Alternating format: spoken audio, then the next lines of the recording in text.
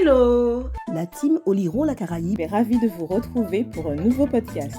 Historiens, géographes, chercheurs, auteurs en sciences humaines et sociales sont nos invités chaque mois pour discuter de nos sociétés caribéennes. Oliron la Caraïbe est une plateforme numérique avec des vidéos ou encore des articles sur olironlacaraïbe.com et sur tous les réseaux sociaux. Notre histoire, nos territoires, à écouter, à regarder et à lire.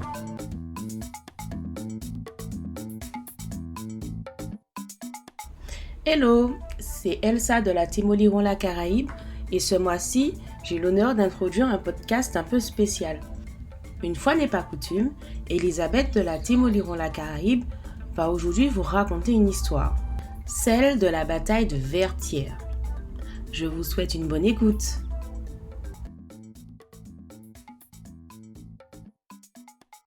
La bataille de Vertières. À Vertières, les esclaves d'Haïti font capituler les troupes de Napoléon.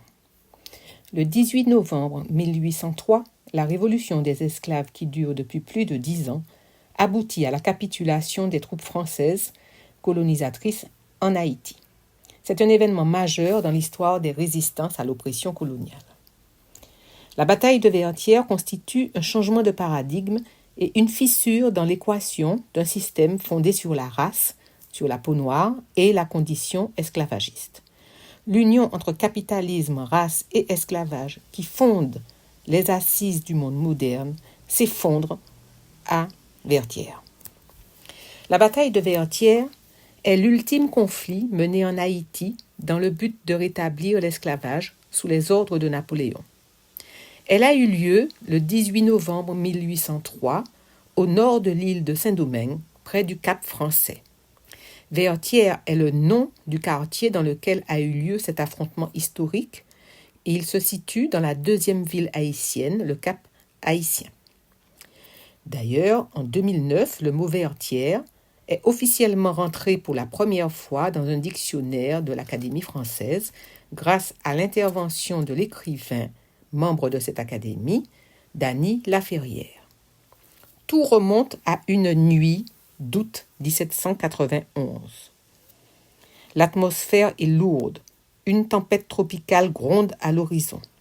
C'est à Bois-Caïman, dans un lieu à l'abri des regards, tout au nord de Saint-Domingue, que s'écrit le prologue du destin de la première République noire au monde. Une réunion d'esclaves qui ont fui la propriété de leur maître et bravé l'interdiction de rassemblement nocturne a lieu. La rumeur dit qu'à Paris, la Société des Amis des Noirs a envoyé des agents sur l'île pour inciter les esclaves à la rébellion. Même si le bruit est difficile à confirmer, il trouve écho de plantation en plantation, galvanisant les plus courageux et effrayant les autres. Pour beaucoup d'historiens, cette cérémonie est considérée comme le mythe fondateur de la nation haïtienne, première nation des Amériques noires. En d'autres termes, le point de départ de la guerre d'indépendance des esclaves africains qui s'est déroulée sur le continent américain. De Bois-Caïman, peu de souvenirs précis restent.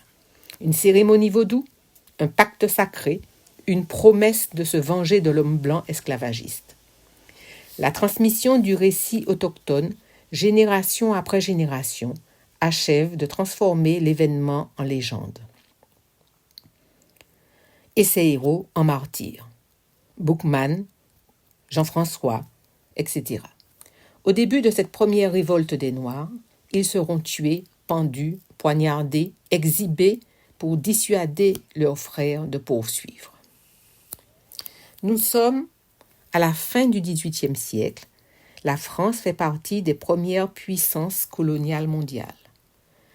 Elle connaît les débuts de la Révolution française et l'avènement d'une période nouvelle avec bientôt la création de la Première République en 1792. En parallèle, la vie internationale est animée par le commerce triangulaire qui est à la base de l'économie mondiale.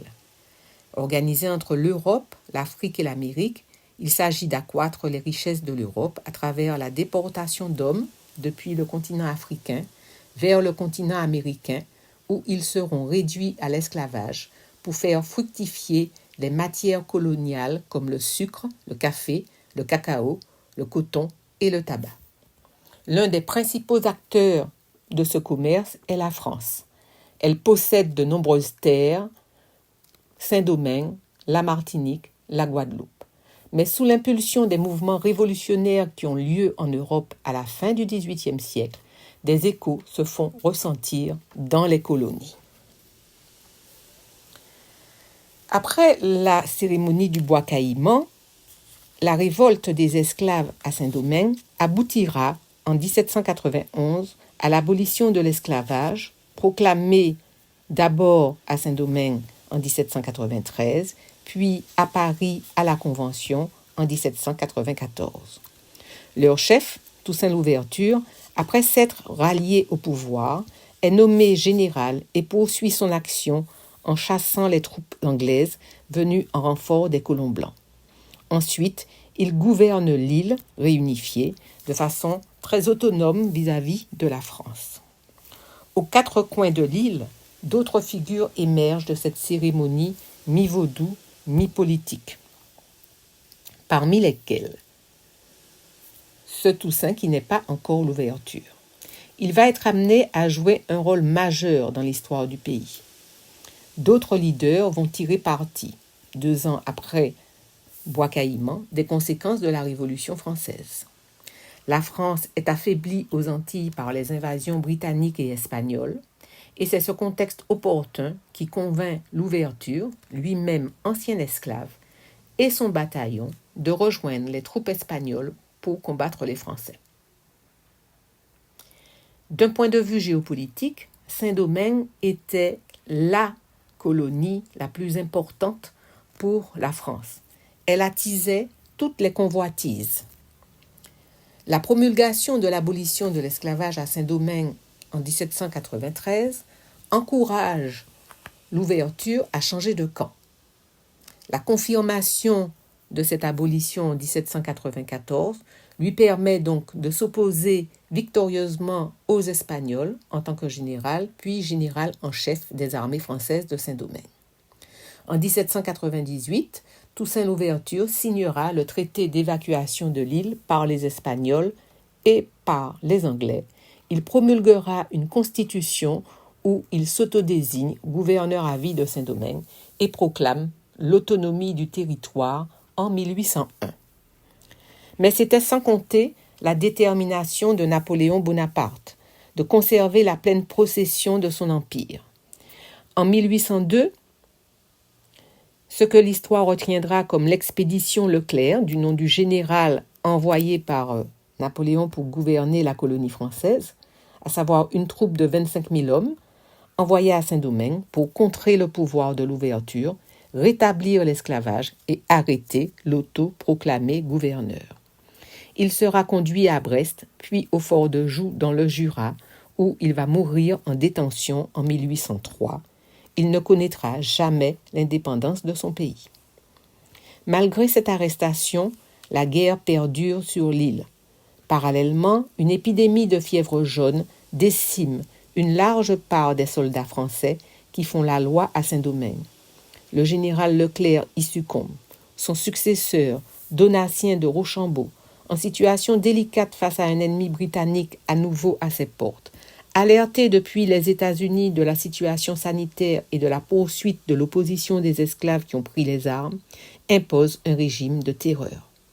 Noyades, pendaisons, bûchers, crucifixions, toute la panoplie des inventions meurtrières de l'humanité est devenue le pain quotidien de Saint-Domingue, selon le professeur Philippe Girard. C'est ce durcissement dans le traitement des Noirs et dans l'intensification des représailles contre d'anciens esclaves qui précipitera la fin du règne français. Et ce sera des mains du lieutenant de Louverture, Jean-Jacques Dessalines, qui s'est retourné contre l'allié d'un temps que viendra la victoire. Les pères fondateurs ont fait une lecture pertinente à l'époque, analyse Aline Louis Hall. Le contexte favorable a été compris. Il ne fallait rien négliger pour nuire à la France, même les alliances de circonstance. C'est donc aidé de la 9e brigade, commandée par François Capois, dit Capois la mort, et du soutien logistique des Britanniques que Dessalines ordonne l'assaut du fort de Vertières dans le nord où sont retranchés les derniers soldats français encore vivants. Au bout de 4 tentatives, rythmées au cri des « en avant » et diligentées par la féroce détermination des assaillants, que l'affrontement tournera à l'avantage des futurs haïtiens et à la capitulation de Rochambeau et des troupes françaises. C'est la fameuse victoire de la bataille de Vertières. Au moment de la proclamation de son indépendance, le 1er janvier 1804, Haïti, surnommée aussi la perle des Antilles, est une île prospère et riche. Pour la France, la colonie la plus riche du monde, perdre cette colonie est difficile à accepter, d'autant que les projets d'expansion en Amérique étaient directement liés à la possession de Saint-Domingue. Suite à ce désastre, Bonaparte se détourne définitivement des questions coloniales. La question stratégique et la prospérité de la colonie de Saint-Domingue devaient lui permettre de développer aisément en Amérique un empire. En 1800, un accord secret avait été signé entre la France et l'Espagne pour faire de la Louisiane un territoire français. Et la Louisiane devait constituer le lieu d'échange des marchandises produites à Saint-Domingue. Bonaparte prend donc la décision de vendre ce gigantesque territoire aux États-Unis, créé en 1776. Avec cette transaction, il imagine que les Américains deviendront des rivaux de l'Empire britannique. C'est une aubaine pour Thomas Jefferson, le 3e président des États-Unis, car la superficie de son pays double et il écarte une importante menace européenne. Donc, le 30 novembre 1803, la Louisiane est donc officiellement vendue par l'Espagne à la France, qui, le 20 décembre, la cède aux États-Unis. L'indépendance de Saint-Domingue, rebaptisée Haïti, proclamée le 1er janvier 1804, a mis donc un terme aux ambitions coloniales dans cette partie du monde. À Vertières, Dessalines a mis la blanchitude comme valeur dominante en panne d'inspiration. Il deviendra le premier empereur d'Haïti et à jamais le vrai symbole de l'indépendance. Cependant, dans la quête de son indépendance, Haïti a dû payer 150 millions de francs or, soit 21 milliards de dollars actuels. Cette somme avait été calculée en 1825 sur le principe d'une indemnité de dédommagement représentant l'équivalent d'une année de revenus de la colonie aux alentours de la Révolution. Pour contraindre Haïti à signer l'accord, la France impose un blocus maritime. Le nouvel État doit alors emprunter des sommes considérables sur la place de Paris. On parle alors de double dette de l'indépendance, l'indemnité et les intérêts d'emprunt. En parallèle, l'économie du pays s'effondre, victime des années de guerre et du blocus. Chute du cours du café, chute des investissements dans des constructions militaires. Haïti est dans l'incapacité de payer. Finalement, en 1838, un accord est trouvé pour réduire l'indemnité à 90 millions, soit 17 milliards d'euros actuels. Une dette qui sera soldée en 1883.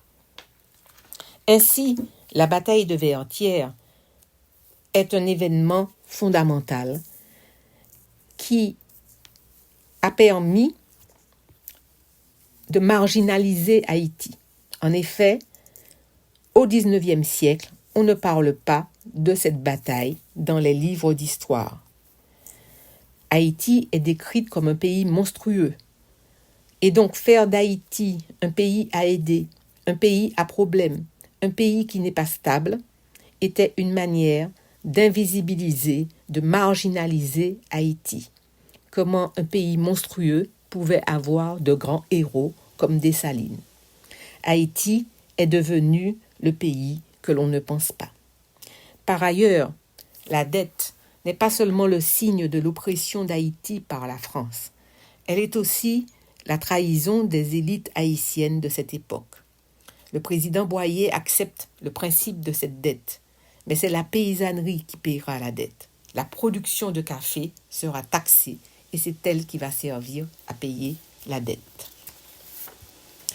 Pour terminer je reprendrai les mots de Lionel Trouillot.